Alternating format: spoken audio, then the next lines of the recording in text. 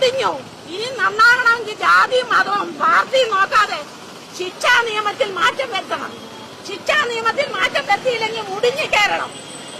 ഇത് ശരിയല്ല. എന്റെ മോനാന്ന് ഞാൻ സഹിക്കൂല. എന്റെ മോനാന്ന് ഞാൻ സഹിക്കൂല.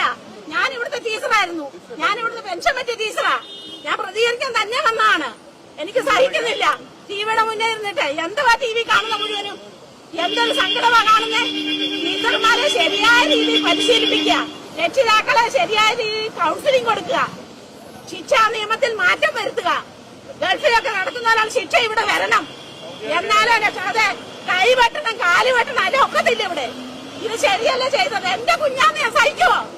എന്റെ കുഞ്ഞാന്ന് ഞാൻ സഹിക്കുവോ? എനിക്ക് താമരശ്ശേരി പോകുമ്പോ അല്ലെ ഞാൻ പോയില്ല താമരശ്ശേരി. ഒരു 10ാം ക്ലാസ് പഠിക്കുന്ന കുട്ടിയെ നശിപ്പിച്ചിട്ട് എന്ത് മര്യാദയാണ് കാണിച്ചിരിക്കുന്നേ? എന്ത് മര്യാദ? ഇതൊന്നും സഹിക്കാൻ പറ്റുന്ന കാര്യമല്ല.